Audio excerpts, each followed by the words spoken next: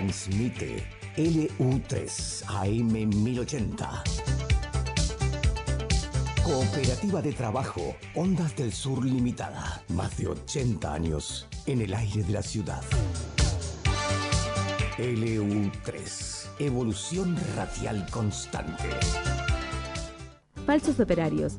Nuestros operarios no realizan tareas en el interior de los domicilios. Si alguien se identifica como personal de EDES y solicita ingresar a tu casa, denúncialo. Llama al 0810-999-3337 o a la policía. EDES. Más energía para seguir creciendo.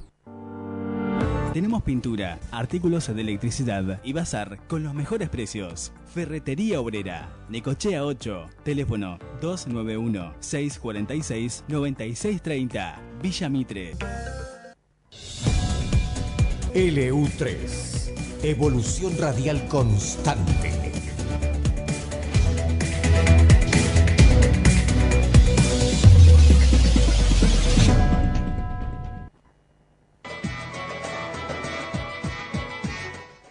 La Voz Palestina, un programa del Comité Bahiense de Apoyo al Pueblo Palestino.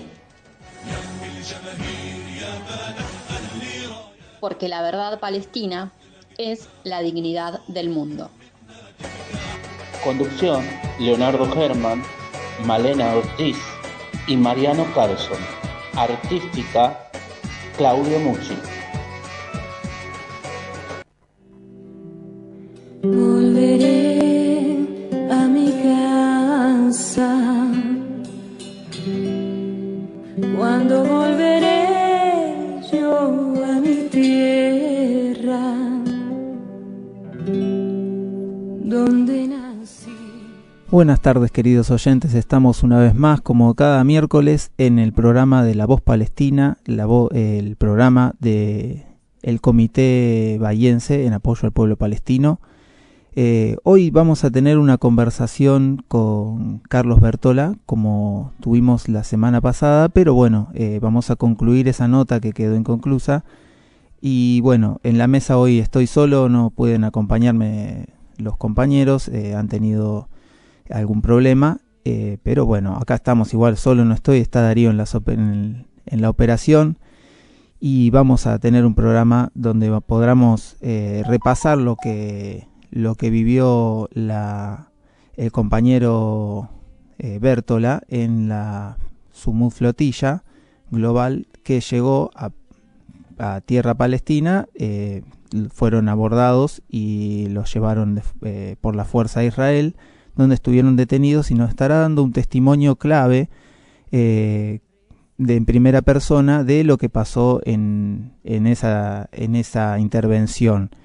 Recordemos que la Sumud flotilla intentó romper o abrir, mejor dicho, un corredor humanitario y romper un bloqueo que es el que tiene por el Estado de Israel que tiene la gente de Gaza, los habitantes de Gaza, y bueno, no ha podido, es el segundo intento, pero se sumaron muchas embarcaciones y ha tenido una repercusión internacional muy importante. Si les parece, primero vamos al editorial, un tema de música y después estaremos charlando con Carlos Bertola.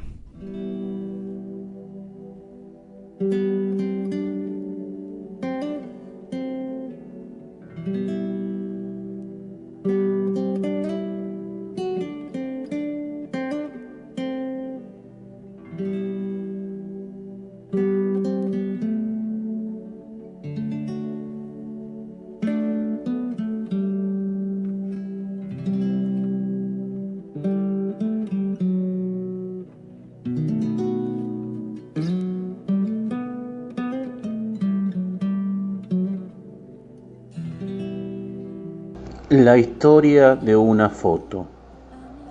Un día como hoy, el 29 de octubre de 2000, el niño palestino Faris Oded, de 14 años, se plantó solo frente a un tanque de las fuerzas de defensa de Israel en Gaza y le arrojó una piedra durante la segunda intifada contra la ocupación israelí. El fotógrafo de Associated Press, Lauren Roberts tomó esta icónica foto. Desde ese momento se convirtió en el símbolo de David y Goliat. Esta imagen recorrió el mundo y se convirtió en el símbolo de la resistencia. La tierra santa, hoy lloro por mi gente, sus caras se visten de amargura, detrás de un muro, cómo han sufrido, cómo han resistido frente a los ojos del olvido. Oded había empezado a faltar a la escuela para lanzar piedras contra los tanques israelíes. Sus padres hacían todo lo posible por impedirlo, lo encerraban en su habitación, lo retaban e incluso llegaron a atarlo.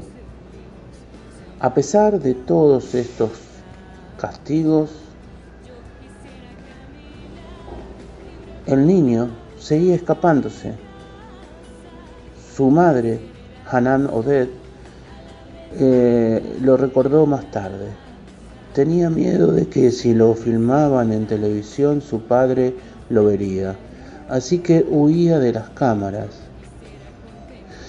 Llegado a un punto, la madre, ya resignada de no poder pararlo, le dijo: bien, ¿quieres tirar piedras? De acuerdo, pero al menos escóndete detrás de algo.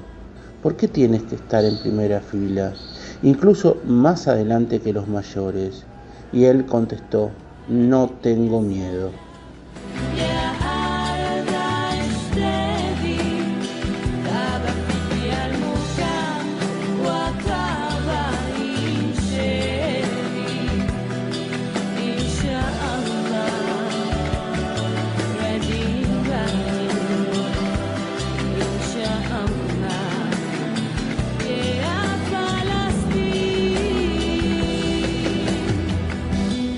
Diez días después, el 8 de noviembre, Oded volvía a tirar piedras en el cruce de Cami cuando las tropas israelíes le dispararon en el cuello. Los soldados lo dejaron desangrándose en el suelo. Estaba tan cerca del tanque que sus amigos no pudieron socorrerlo hasta una hora después. Lo declararon muerto al llegar al hospital. De la fotografía comenta su madre: cuando veo su foto se me rompe el corazón. Me siento orgullosa de que lo llamen héroe por estar delante de un tanque, pero cuando veo a sus compañeros venir después de clase, lo único que puedo hacer es llorar. Desde aquel año 2000 hasta el 6 de octubre del 2023, las fuerzas israelíes habían matado 1.741 niños palestinos. En los últimos 2 años de genocidio, hasta octubre del 2025, según algunos datos, las cifras superan a los 20.000 niños asesinados a manos del ejército de Israel. Cuando volveré yo a mi tierra, donde nací, donde crecí, donde viví mis más preciados momentos. La figura del niño mártir Faris Oded simboliza la profunda victoria del pueblo palestino sobre los ocupantes. Una victoria que se comienza a ver en la moral golpeada de los asesinos. 279 soldados de la FDI se han suicidado. 82.000 colonos han huido de Israel para erradicarse en otros países. El aislamiento internacional se suma en contados hechos. Por ejemplo, los escritores de Estados Unidos lanzaron un boicot contra el New York Times por su apoyo editorial al genocidio. A esto se agrega el boicot académico. Según un informe publicado el lunes por el diario Haaretz, se han registrado casi 1000 casos de boicot académico contra israelíes desde el comienzo de la guerra del 2023. Entre ellas se encontraban instituciones de investigación, asociaciones profesionales y miembros de la comunidad académica internacional. El periódico informó que el número de casos de boicot se han triplicado en comparación con un año antes.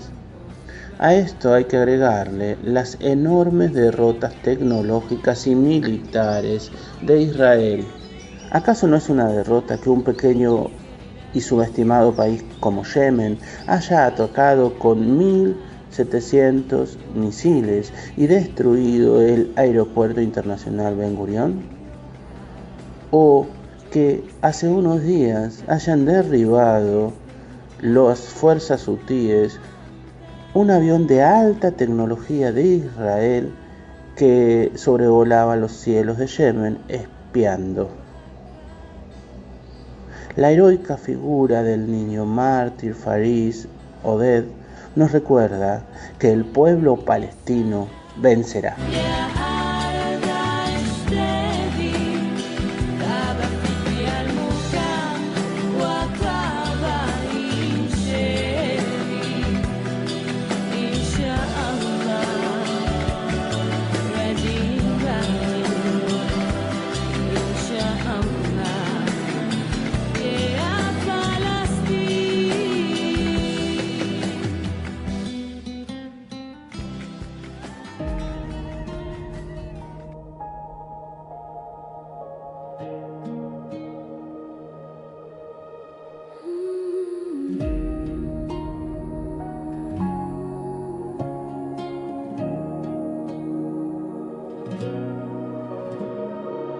Soy el grito que nunca se escuchó, la sombra del olvido que no se apagó. Soy el bordado en cada jata, los versos del Corán, un pueblo que resistió. Soy la piedra que rompe muros, el humus en tu pan, café de las mañanas. Soy la intifada en tus entrañas, el niño que escribió su nombre en los escombros.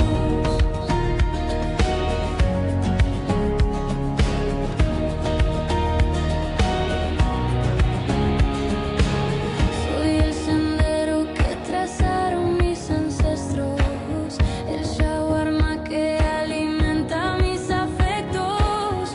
Soy el humo de la shisha que nos inspira a seguir combatiendo con un alma herida. No me cambies el nombre ni mi bandera, que esta tierra es sagrada y nos espera. Y si me borras del mapa en cada esquina, habrá alguien gritando Free Palestina.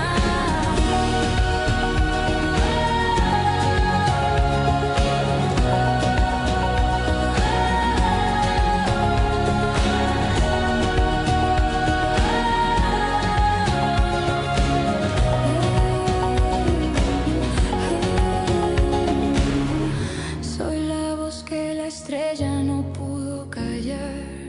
Ya no hay más bombas que nos vayan a exiliar. Soy los soldados que luchan en esta causa, los maestros y médicos acá en Gaza. No me cambies el nombre ni mi bandera, que esta tierra es sagrada y nos espera. Y si me borras del mapa en cada esquina, habrá alguien gritando Free Palestina.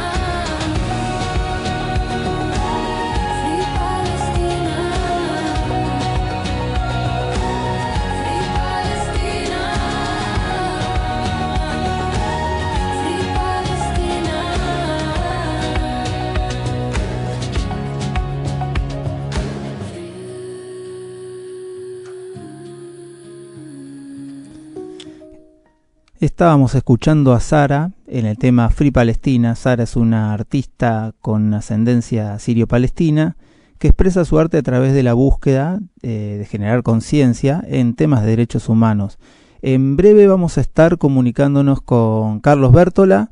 Ya habíamos anticipado, Carlos es uno de los integrantes de la Sumud Global Flotilla y estuvo a cargo de un navío. Esa odisea que pasó mucha gente, eran cientos de navegantes que fueron detenidos y llevados por la fuerza a Israel. Inclusive nos había comentado la semana pasada algo, Carlos, acerca de eso. ¿Estamos en comunicación ya? No todavía, no hemos podido comunicarnos, vamos a estar en breve con Carlos. Bueno, la nota de la semana pasada, Carlos nos comentó algo, pero fue una nota corta. Al finalizar el programa no pudimos entrar en detalles de todo lo que fue ese momento que pasaron los integrantes de la Sumud Global Flotilla. Estamos con Carlos. Hola, Carlos. Hola, ¿cómo andan ustedes? Bien, bien. En este momento estoy solo en la mesa, no nos puede acompañar Luis, ha tenido un problema, pero estamos igual acá desde La Voz Palestina para tener esta entrevista que quedó pendiente de la semana pasada.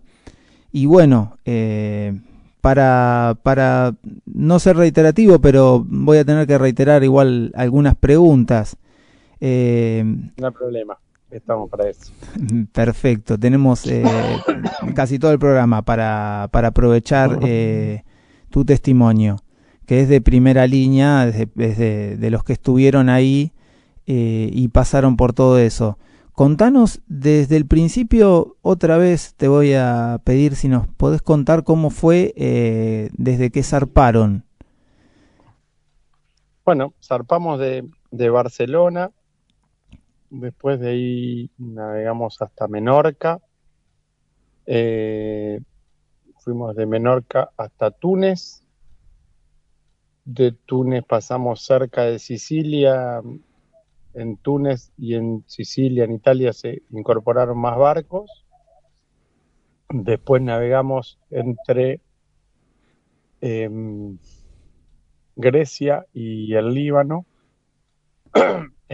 Y ahí nos atacaron con drones, entonces nos arrimamos a una isla griega, ahí se incorporaron más barcos griegos y de ahí llegamos hasta bueno, nuestro destino cerca de Gaza, y que es donde nos interceptaron. En el medio de eso tuvimos ataques de drones en Túnez y bueno, cuando estábamos en aguas internacionales entre Grecia y el Líbano. Sí, recuerdo que nos habías contado de en Túnez, que una embarcación que la prendieron fuego, justo el video se filmó desde la barca que ibas vos. Desde el barco que iba yo, sí, el Estrella Manuel, así es. Sí, y eso me trajo sí, que me estuvieran tomando declaración la policía tunecina y demás, porque bueno, fuimos testigos de ese dron, que fue toda una discusión, porque las autoridades tunecinas decían que había sido un fósforo mal apagado hasta que aparecieron las imágenes y demás, ¿no? Claro, sí, tratando de negar que violaron su espacio aéreo, en el cual tendrían que... Claro, su soberanía. Claro. No, directamente, si lo hace el Estado de ocupación israelí, no pasa nada. Y en el Mediterráneo tienen una influencia y un poder, son bastante temidos. Sobre todo por su alianza con Estados Unidos, ¿no? Claro, el ser tocados por alguien sería un conflicto a escala internacional, o global, mejor dicho. Respecto a después, cuando vienen aproximándose a tierra palestina, contanos cómo fue el que los interceptaron, el abordaje de los barcos. Bueno, digamos, a partir del segundo ataque de los drones, ¿no? Los drones explosivos ya que nos voltearon un palo de un velero, que prendieron fuego una vela. Ahí, cuando aparecieron esas imágenes, que nos vamos a Grecia, las autoridades de Italia, España, Grecia y Turquía mandan barcos de guerra para que nos vayan escoltando, ¿no? El resto del camino. Así que bueno, ahí no tuvimos más ataques hasta llegar a la milla 100 y bueno, ahí se retiran las embarcaciones militares y ahí es donde aparecen las embarcaciones israelíes y empiezan a acosarnos y bueno, y a mí en particular me interceptan a 40 millas de Gaza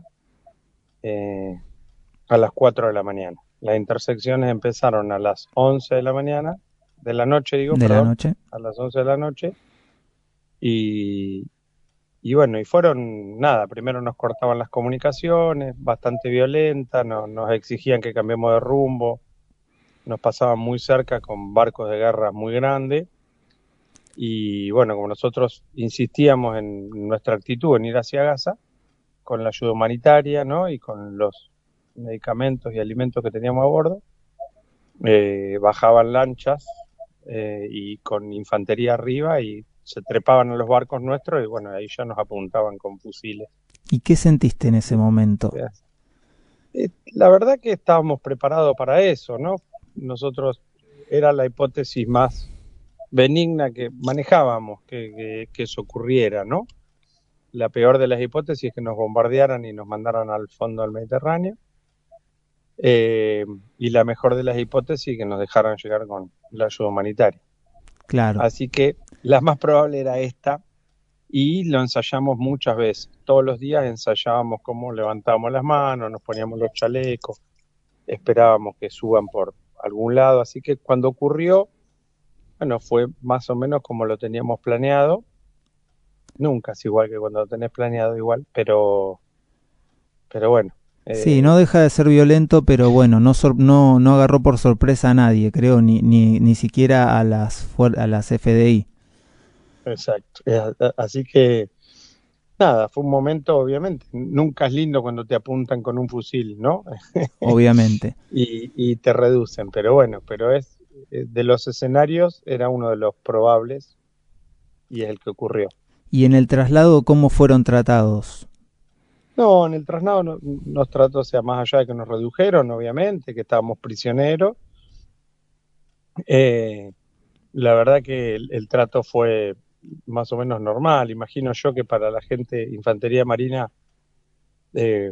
cuando vieron que no éramos ninguna amenaza, se quedaron tranquilos. El trato se endureció cuando llegamos a puerto. ¿A qué puerto lo llevaron? Nos llevaron, no sé el nombre, yo soy malo para eso, perdón. No, está bien. Nos llevaron a un puerto en Israel que se veían los edificios, como llegar a Puerto Madero, ¿no? Así, edificios muy altos, muy modernos. Se veían desde la costa y bueno, ahí ya cuando llegamos a mano de la policía, el primer ministro nos hizo un video amenazante, diciendo que nos iban a tratar como a terroristas y que nos iban a llevar a una cárcel de máxima seguridad, que es lo que después ocurrió. Y sí, obviamente, ¿cómo se llama el que les hizo el video? Como vos lo intentaste pronunciar, no me hagas lo mismo a mí. Sí, sí. Ben-Gvir. Sí, exacto.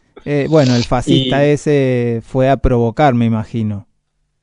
Sí, pero además de ir a provocar, obviamente la fuerza de seguridad, la policía después endureció mucho más su actitud, ¿no? Una vez que vio, ¿no? Al ministro del Interior dando esas órdenes. Como que los envalentonó. Le quebraron el brazo a uno de los participantes cuando lo bajaban del barco, después nos tuvieron 6 horas al sol, esposado, arrodillado en un asfalto y con las manos presentadas. Bueno, ¿Cuál fue la reacción bueno, tanto tuya como del resto ante esas agresiones? No, nos pusimos a cantar Free Palestine y la policía más violenta se puso mucho sus actitudes, claro. Pero bueno, son esas cosas que suceden. Después de eso nos requisaron y nos sacaron las pertenencias y empezó un debate de, bueno, ustedes saben, entraron ilegalmente a Israel. ¿Había algún nosotros intérprete que hable castellano dentro de...? Había intérpretes de varios, habíamos integrantes de más de 50 países. Por eso mismo, claro. Había intérpretes, pero no daban abasto, y había abogados también, ¿no? Había abogados de una asociación palestina que nos estaban defendiendo, pero eran como 14 y nosotros éramos como 50, entonces tampoco en el momento de ese interrogatorio daban abasto. ¿Estuvieron detenidos ahí en el mismo puerto? No, en el mismo puerto nos hacían este trámite donde nos decían que nos iban, si firmábamos una deportación voluntaria, nos iban a deportar en menos de 3 días, y si no, nos iban a hacer un juicio por entrar ilegalmente a Israel. A lo cual nosotros le decíamos, nosotros no entramos ilegalmente a ningún lado, veníamos navegando por aguas internacionales. Y fueron. Nos secuestraron y nos trajeron hasta acá. Entonces, era absurda la acusación, ¿me explico? Sí, sí. Pero bueno, toda esa discusión, obviamente, con todos ellos, digamos, después de eso nos cortaron los cordones, nos sacaron el cinto y nos metieron en un camión de traslado y nos llevaron a una cárcel de máxima seguridad. Así que mucho no importaba, digamos, ¿no? Estábamos claramente detenidos ya. Lo llevaron a la cárcel de Ofer. Exacto. De Ofer. Sí. Una cárcel muy grande en el medio del desierto. Claro. Es una de las peores cárceles de Israel. No, sí, eso dicen. Claro. La verdad que nos trataron bastante mal, pero qué sé yo, de 6 días nos dieron 4 días de comer. Digamos, conmigo en particular no, pero sobre otros, los responsables de la flotilla tuvieron interrogatorios muy duros, hicieron simulacro de fusilamiento. Terrible. Bueno, cosas feas, sí. ¿Había personas que precisaban atención médica o que requerían medicación? Y en algún momento tuvimos algún conflicto porque no le daban insulina a uno de los compañeros, así que todos nos pusimos a gritar. A mí me tenían que dar un anticoagulante que, nada, me lo dieron 3 días después. Y afortunadamente después porque después hubo un conflicto y me lo sacaron también, la misma medicación que ellos me habían dado. Y bueno, nos deportaron por tierra vía Jordania, entonces en Jordania ahí hubo una clínica, me dieron la medicación y ahí estuvo todo bien. Digamos, ¿cuánto tiempo estuvieron en esa cárcel? 6 días. 6 días, bien. Uh-huh. ¿Y entre ustedes estaban en celdas separadas? ¿Estaban...? No, estábamos en unas celdas tenían 8 camas y éramos alrededor de 16 personas, entre 13 y 16 personas. Claro, tenían que turnarse. Hacinados y amontonados. Teníamos colchones para dormir en el piso, todo el piso ocupado, no se podía caminar en la celda. Nunca nos dieron patio, nunca nos dieron ducha, nunca, bueno. Ustedes, ese era un grupo, porque si eran 400... En cada celda, claro. En cada celda estábamos así, amontonados. Ah, bien. Pero después, a los pocos días, salieron los europeos, por ejemplo, entonces había celdas vacías en esos mismos pabellones, igual nos amontonaban. ¿Se entiende? Una vez quedamos, por ejemplo, en la celda 6 personas, porque los otros habían salido en libertad, habían ido, ¿no? Y entonces nos sacaron de esa celda y nos metieron en otra celda para que de nuevo seamos 14, 15, ¿se entiende? Nos amontonaban. Sí, tenían la idea de hacerlos pasar, claro, de hacinarlos, de hacerles pasar mal momento. Terrible lo que nos contás. Sí. Bueno, estaban, entonces me decís, en celdas todos juntos y el trato de los carceleros ¿tenían contacto con ustedes o directamente los encerraban? Como en cualquier celda, pero como en cualquier cárcel, ¿no? Nos levantaban a cada rato, nos sacaban para llevarnos a un interrogatorio, no dormir, nos ponían música. Nada, ese tipo de hostigamiento, ¿no? Había, claro, sí, sí. ¿Había algún tipo de ensañamiento con algunas personas en particular o compañeros con mayor responsabilidad? A los árabes los trataban un poco peor. Igual a los malayos, por ejemplo, son los primeros que deportaron, ¿no? El gobierno de Malaya no reconoce a Israel. En su pasaporte dice, veníamos en el barco con algunos malayos que cuando me mostraron su pasaporte decía válido para todo el mundo excepto para Israel, dije, uy, por estos pibes cuando nos agarren. Claro. Y sin embargo fue a los primeros que deportaron, ¿no? Se ve que no querían problemas con el gobierno malayo y fueron los primeros que deportaron. Mira vos, claro. ¿Y pudiste tener contacto o hablar con Greta, que ya sabemos que ella anunció de que pasó por momentos donde la trataron de humillar y recibió algún trato especial? No, con ella después de que estuvo detenida no. La vi antes, durante la flotilla, sí, estaba en el barco ese que se prendió fuego durante toda la travesía varias veces, pero bueno, después de las detenciones no, pero bueno, tuvo declaraciones muy dignas y sobre todo de que no había que poner el ojo en lo que nos estaban haciendo a la flotilla, sino lo que le hacen al pueblo palestino cotidianamente, ¿no? Sí, que sí, eso coincide. Es muy loable por parte de ella, claro.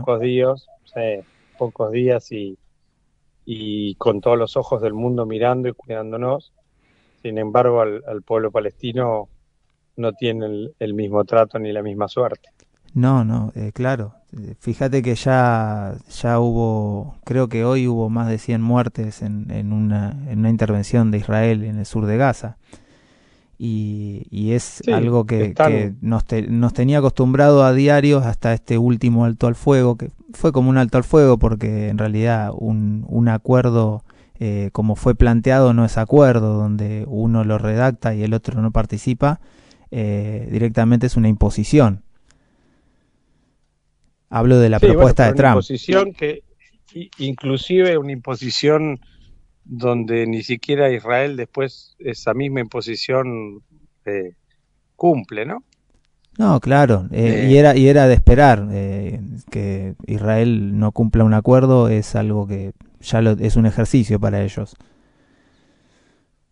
Y es como vienen actuando. Igual espero que encuentren una solución porque poder reconstruir Gaza y que haya un tiempo de tranquilidad, ese pueblo se lo merece, así que ojalá que se encuentre de nuevo el rumbo de la paz. Después sabemos que ese pueblo es un pueblo que va a seguir resistiendo y necesita tiempo como para poder reconstruirse. ¿Y seguís en contacto con el resto de la flotilla?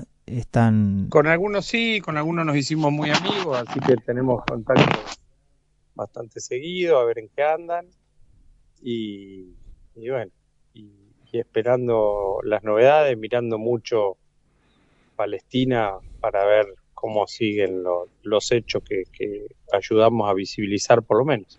Claro, hubo 3 hechos este año muy importantes respecto a romper el bloqueo y abrir un corredor humanitario, lo que fue la entrada por tierra por Egipto, donde me acuerdo que tuvimos contacto con una participante costarricense, Tatiana Gamboa, que nos contó.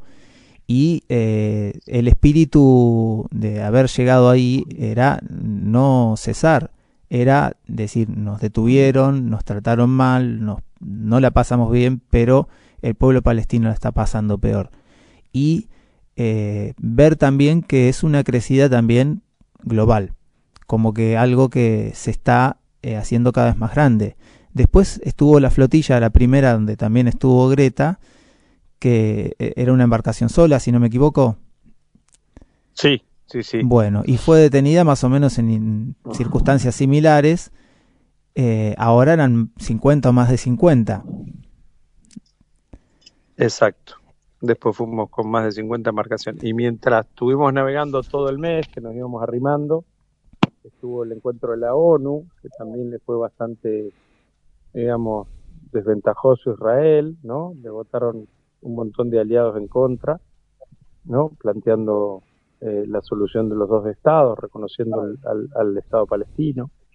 Claro. Desde el derecho internacional eso también nos daba la razón a nosotros a mí cuando me detuvieron en aguas palestinas, ¿no? Por ejemplo, y si los países del mundo reconocen a Palestina como Estado, tiene derecho a usar su jurisdicción en el agua y en el mar, ¿no? En el agua, en el mar, en el aire, y tener un aeropuerto, como tener todo. sus puertos y tener digamos que Israel no le controle su frontera con los otros países. Claro. Digamos, poder romper ese campo de concentración a cielo abierto que significa hoy, digamos, Gaza o Cisjordania, ¿no? Entonces, la solución de dos estados, que es la solución que estamos requiriendo, requiere que Israel se retire de esos territorios y que por lo menos empiece a gobernarse con la autodeterminación de los pueblos, como es lo que todos queremos, o la mayoría del mundo está planteando como solución para esa zona.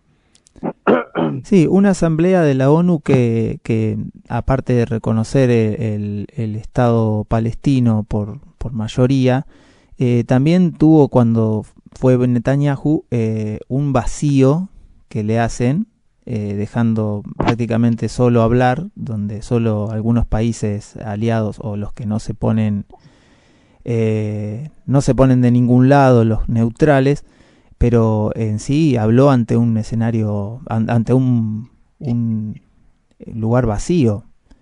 Sí, se pararon y se fueron todos, y después veníamos siguiendo avanzando con la flotilla y aparecieron las negociaciones de paz impulsadas por Trump, que Israel bombardea, ¿no? En un país aliado, intentando matar a los que participaban, digamos, por Hamas, y eso también, ¿no? Nos dio visibilidad, nos intranquilizó, porque vos decías, bueno, si esta es la resolución que Israel quiere, en cualquier momento nos manda al fondo del mar y se acabó, ¿no? Claro, pensar que bombardearon Qatar.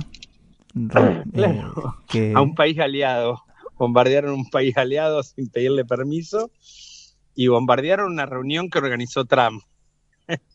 Claro. O sea, ya no les importa más nada, en 2 segundos cae un misil arriba del pobre barquito de pesca mío y nos vemos en los corzos. Eso sí nos dio un poquito de miedo, debo ser sincero. Sí, eso también me imagino, porque las dos hipótesis son posibles en un escenario tan cambiante.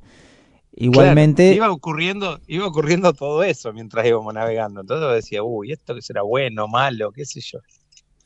Sí, o por ahí avanzaban los acuerdos de paz o acuerdos de alto al fuego, como se llamen. Entonces vos decías, bueno, por ahí nos dejan entrar con la ayuda humanitaria y es parte de los acuerdos. Bueno, todo era una gran pregunta, ¿no? Y una gran... Y una cosa que me habías contado en la nota anterior, que hubo una embarcación que quedó atrás y no fue vista por el FDI o por los barcos israelíes, y estuvo más cerca, fue el que más se acercó a Gaza, ¿no es cierto? Claro, se le rompió el motor, quedó como más atrás, un velero, y con el viento a vela fueron navegando despacito, y lo interceptaron, lo vieron a último momento, pero ya a vistas de costa de Gaza, que son los únicos que llegaron tan cerca, ¿no? Porque nada, se les había roto el motor y habían quedado ahí separados de la flotilla y navegando muy despacito, muy lento. Claro, y como estaban los ojos puestos en ustedes, o en la mayoría de los barcos... Sí, ya pensaron que habían detenidos a todos, pero estos se habían quedado bastante más atrás porque se les había roto el motor. Y bueno, llegaron bastante cerca y después... Se estuvo cerca de romper el bloqueo entonces y abrir el corredor. Estuvo cerca de llegar con un... No sé si eso era romper el bloqueo, llegar con un velero pequeño, pero bueno, pero estuvo cerca así de llegar Y a Gaza. Pero bueno, decime, con las embarcaciones, con todo lo que llevaba encima, ¿qué se hizo? ¿Qué hizo Israel con y eso eso? se lo queda a Israel. No sé qué habrá hecho, pero se lo queda a Israel, lo decomisa y se lo queda. Con todos los barcos de las 9 intentos que fueron haciendo la flotilla, se van quedando con todos los barcos y esta vez se quedaron con los 48 barcos que fuimos. Mira vos. Y en el caso, puede haber otra flotilla que se arme, ¿estarías dispuesto a ir nuevamente? Sí, yo me imagino que sí. Igual ahora la intención, o por lo menos el esfuerzo se está poniendo en que los acuerdos de paz puedan avanzar y podamos entrar con albañil, electricista, todo a reconstruir Gaza. Ese es el esfuerzo más grande que se está poniendo y que se está intentando hacer con el apoyo de la comunidad internacional. Sí, en vano no fue y eso es el espíritu que también recorre en quienes seguimos esta iniciativa que se ha tomado y de la que fue parte un montón de países participantes y que estuvo a los ojos del mundo, estuvieron observados por el mundo. Eso es lo que también nos decía en aquel momento Tatiana Gamboa cuando nos llegaron desde Egipto y decía, acá esto no es algo que lo asumimos como una derrota, sino como parte de una victoria. Y que millones de personas hayan tomado conciencia que se está cometiendo un genocidio en Gaza, fue algo muy bueno, nos hizo una humanidad un poco mejor. Así que por lo menos nos quedamos con esa sensación, ¿no? De haber podido colaborar a visibilizar ese genocidio. Después en Barcelona hubo marchas de más de 400.000 personas, un paro gigantesco, y así en cientos de países que las movilizaciones se hicieron más masivas, ¿no? Y Claro. la conciencia se multiplicó. Bien, y otra cosa que también fue para mí, o que se vio como algo bisagra en la Asamblea de la ONU, fue la exposición que hizo, o la denuncia que hizo Petro, que sería la última vez que pisa la ONU como presidente, y que después, puertas afuera y con un altavoz al lado de Roger Waters y una multitud de gente, siguió vociferando el caso de Palestina y bueno, también poniendo en auge lo que está sucediendo ahora, las denuncias de narcotráfico o falsas denuncias de narcotráfico por parte de Estados Unidos para blanquear una posible intervención así como lo está haciendo en el Mar Caribe, hacia Venezuela, obviamente. La verdad que los estadounidenses con este discurso de la pelea contra el narcotráfico, ¿no? El invento del cartel del Sol en Venezuela, la torpeza de manejarse con Petro, que van a tener que sacar sus soldados que tienen en más de 14 bases militares en Colombia, que es lo que les pidió Petro, que saquen ya todos los soldados norteamericanos de ese suelo. Nada, un aliado estratégico, y Petro planteando paremos el genocidio, para eso armemos una fuerza internacional y vayamos a garantizar la paz a Gaza, que se puso muy nervioso Trump cuando Petro planteó eso, además como parte de la OTAN, ¿no? Colombia es parte de la OTAN. Y en el medio hoy terminan, bueno, vimos la masacre en Río de Janeiro, terrible, ¿no? Del hijo del gobernador que es bolsonarista, pidiendo que Estados Unidos intervenga, ¿no? Invada a Brasil, y también obligándolo a Lula a tomar cartas en el asunto porque están violando la flotilla esta, la flota que tiene Trump en el Caribe. Violó espacio aéreo brasilero. y Brasil también está diciendo, ni se les ocurre invadir Venezuela, Colombia. Así que bueno, ahí hay un eje Colombia, venezolano, brasileño, más que interesante en este complejo mundo, y donde Trump está a los gritos diciendo que no le importa, que va a invadir todo, ¿no? Si tiene que invadir todo, invade todo.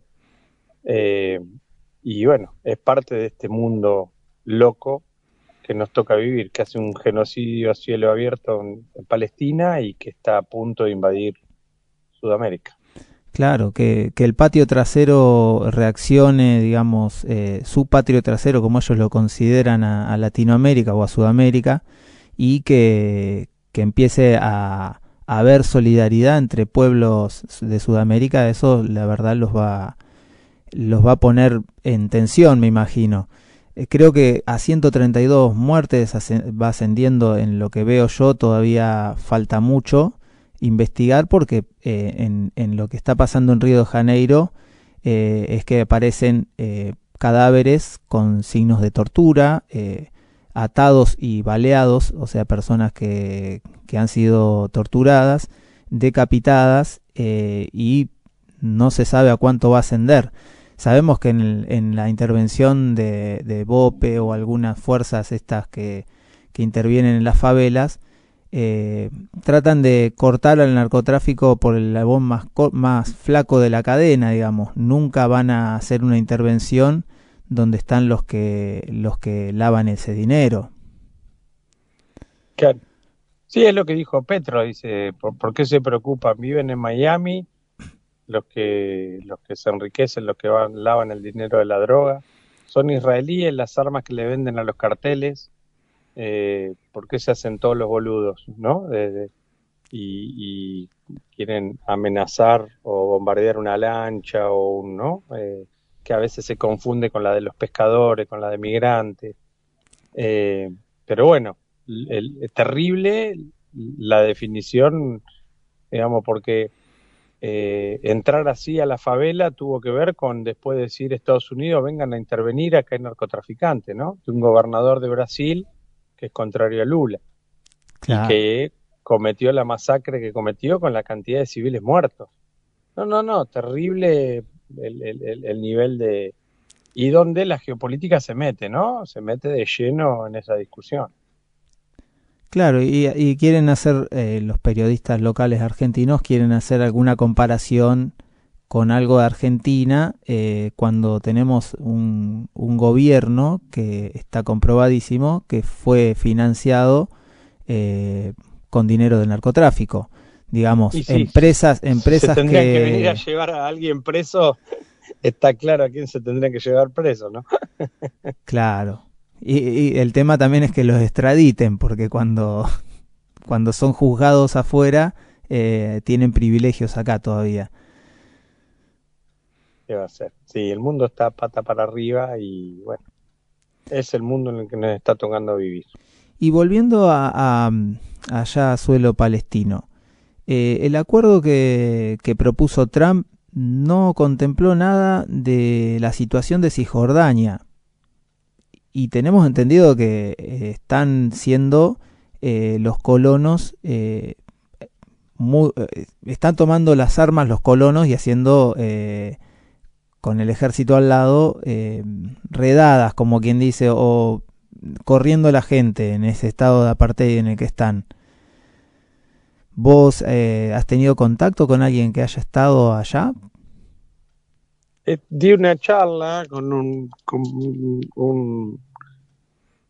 músico que había estado en Cisjordania haciendo una investigación y contaba cosas terribles de cómo están viviendo en Cisjordania. Digamos, no es el nivel de muerte y desolación que hay en Gaza, pero sí un avance muy grande, que esto que decís vos, ¿no? De los colonos y que queman los campos de olivo y que si van algunos a cosecharlos, los echan, de hecho también los matan.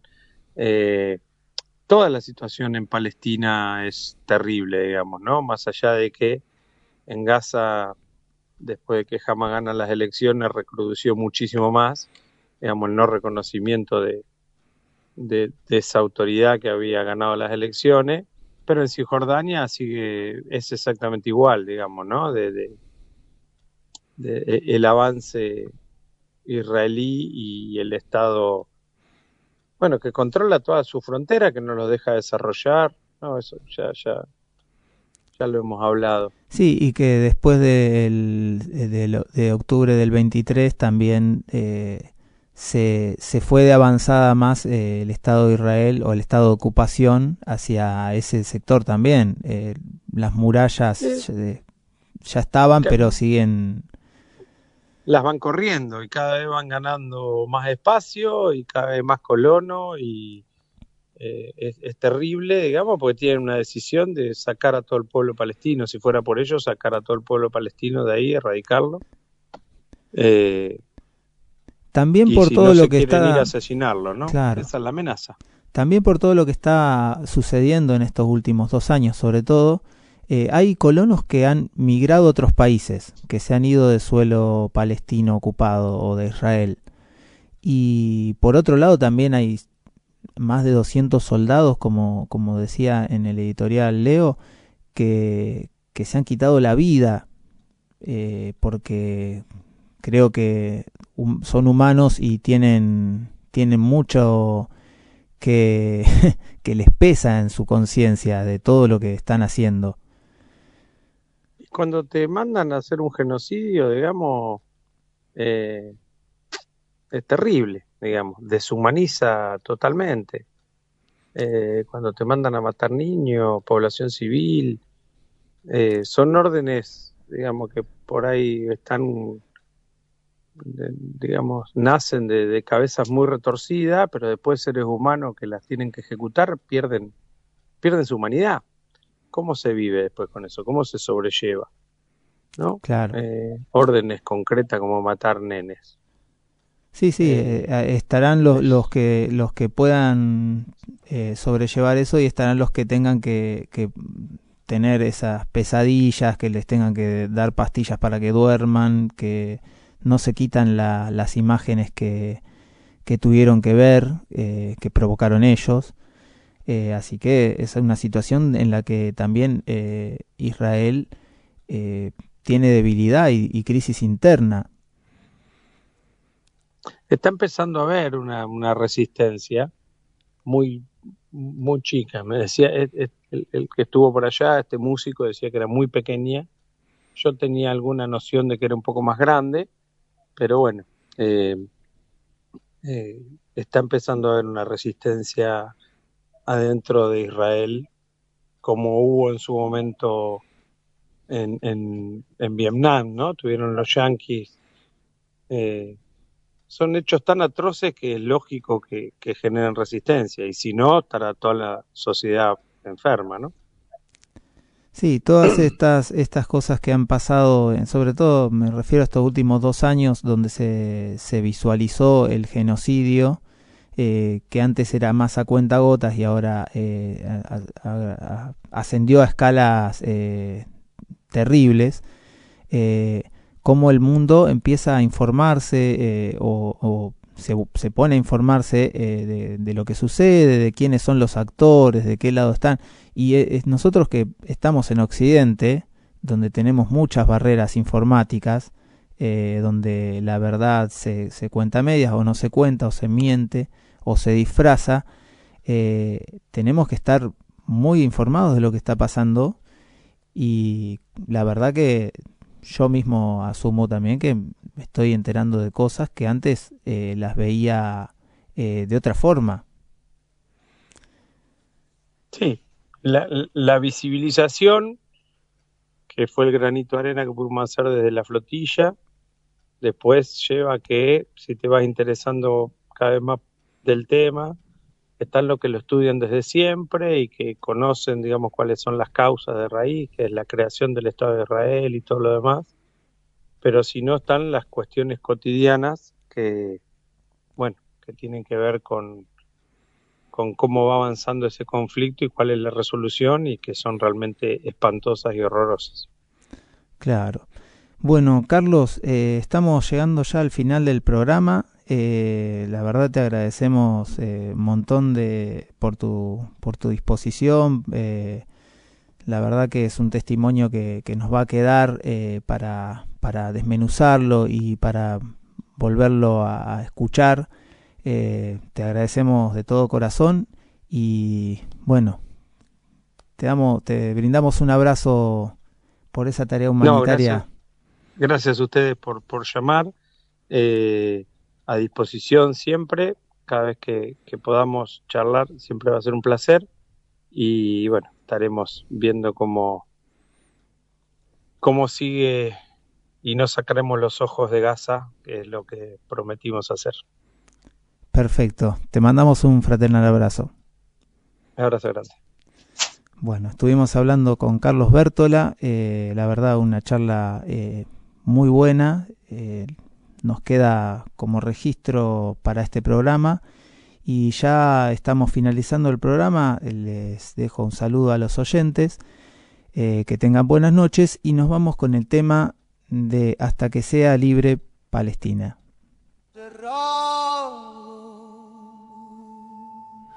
No hay paz si el verdugo reconstruye, no hay tregua si el amo decide, no hay libertad sin justicia. Palestina vive, Palestina resiste.